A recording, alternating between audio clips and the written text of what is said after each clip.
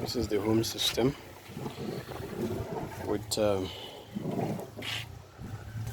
DIY with free materials that we can find. So starting with one grow bed. All we have here is granite, about between an inch to half an inch granite, and you can see the flow. So this right here is giving us approximately 700 liters per hour flow with a 20 watts air lift pump. So just stuck this in here, this bitter leaf, and there's the bell siphon over here. Yeah. So this is what does the flushing of the water automatically. As you can see, water comes in from here, go this way, comes in here. There's a check valve here. Air is injected in here, and water is being pumped up about 42 inches, falls in here, drops in here, and by gravity we take it down here. So this water pump works with air, nothing but compressed air. There are some advantages of it.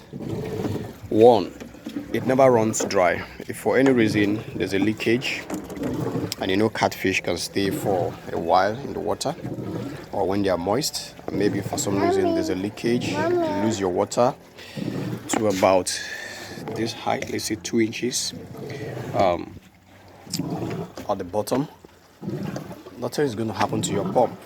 It's always dry. It's an air lift pump, so it doesn't have to worry about it. Whenever you fill up water, it will kick back and start working.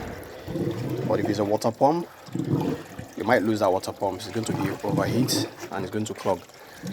And another thing is, I've run this for about a year and a half. I've never cleaned anything.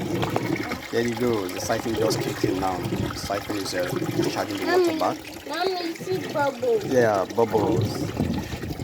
While the water is flowing back, this is being sucked dry, so it's going to eventually empty the water in here. So it just flowed and drain, keeps fluctuating, and she's going to stop when it gets to point. I don't know if you can see the catfish swimming. Yeah, this is day 4. You can see the water is still clear. There's no ammonia. Most of the ammonia has been treated here by the granite.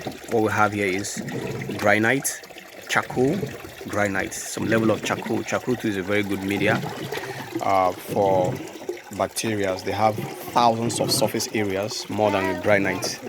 Yeah, so that the bacteria can live on the surface area of the charcoal. So this is a charcoal, the local charcoal. Remember, everything we are doing here, we want to use the materials we have. We don't want to use activated charcoal or any of those fancy stuff. The natural charcoal, local charcoal we do. Just get the ones that are burnt properly, wash them off and put them in your system. It might delay the nitrification, that is, it might hold a lot of nitrogen, but when it kicks in, it works. So that's just about it. This is about 200 liters of water, and just got this set up about 4 days now. Fingerlings just came in here, about 4 days old. So it's just a little system. We're going to add another grow bed right here, okay, right here, and this is the granite I'm going to use, so that's going to dump in here just like this one is dumping in here now. So that's the net we use to cover it at night from fish jumping out. For some reason, sometimes they prefer jumping out. So that's the flow. Okay, so this is just demo system to grow some vegetables and some grass for our rabbits. So we're trying to see how we can use aquaponics to grow things to give to your rabbits, you know, to reduce your costs. Instead of you building what's it called now? Instead of you building an another small compartment to grow further, you can still do it this way. So these are my screws. So that's just about it. So you can see the pump again. So I'm going to install another silencer later to make it quieter than it is now, but it doesn't bother us, just goggles every now and then, and that's it. So I will keep this one updated. Let's see how good the plants will grow. So that's just about it.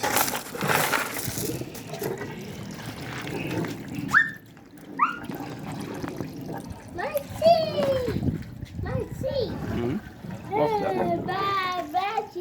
Yeah, land safely.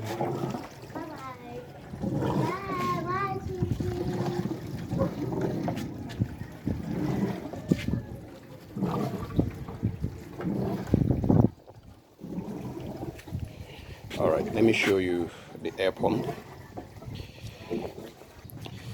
The air pump is right here, secured in here. Some light secured in here. So an inverter system, but you can't run this without power. This is for the house anyway. I have a 600-watt inverter, and my battery is almost full now. So this is the MPPT charge controller that does the charging, and this is the air pump. It's rated for 20 watts. I've actually measured it. It's not a guesswork. I've actually measured it. It takes 19.7, 19.2 watts. So just to round it up, it takes 20 watts of electricity. Okay, so you can see the hose going out, and from there outside, and it's on a timer. So we tend to run it 30 minutes and rest for 1 hour at night. What do you? Mommy, oh, forget about the net. Let's go. Yeah. I've seen it. I've seen it.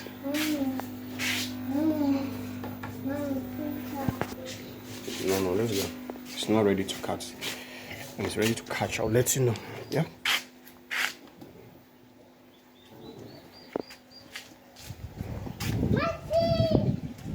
So you can see the hose coming out from here. This is my washing machine. Sometimes I wash off the inverter, and that's the hose. Okay, so you can have your pump secured somewhere and away from theft. Those are the advantages of having an air lift. With a submersible pump, you have to have it right in the water, so you can set this up for school, for other projects. Have the pump secured somewhere, just run your hose outside the building and have it running outside. So when there's rain, there's nothing to worry about. So those are the advantages of using an airlift pump. So this is a small system. We are still trying to make it acclimatize, but it's pretty much working. Everything is working as expected. Okay. So keep it updated. By the way, this is bitter leaf. Yeah.